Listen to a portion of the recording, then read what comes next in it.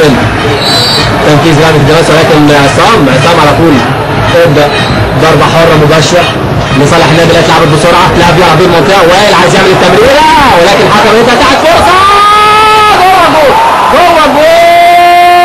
حسن مصطفى للنادي الاهلي في دقيقه 39 من زمن الشوط الاول. يتقدم النادي الاهلي بهدف لحسن مصطفى على طول. حسن مصطفى نجم النادي الاهلي ومحور ارتكاز في منطقه وسط الملعب. اكيد هنشوفها تعالي كرة مرة ثانية، وادي الهدف. ادي هو الرياض عايز يعمل هدف، خد هنا كان في دفاع، ده تحت فرصة رائعة والله. ادي الهدف الرائع، وادي الكرة على طول اتلعبت لحسن مصطفى. شاركوا في اول بطولة سنة 1948 النادي المصري والنادي الاهلي. كرة على طول تعليمات كابتن فيه طبعا النادي المصري، هو من اللعيبه القدامى هو حسام حسن، لكن الشارة طبعا لحسام حسن. ادي على طول محاوله حسن مصطفى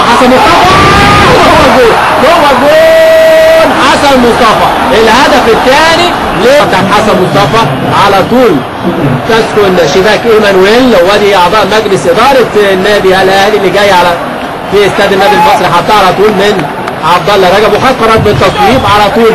الهدف الثاني للنادي الاهلي حسن مصطفى الدقيقة 15 من زمن الشوط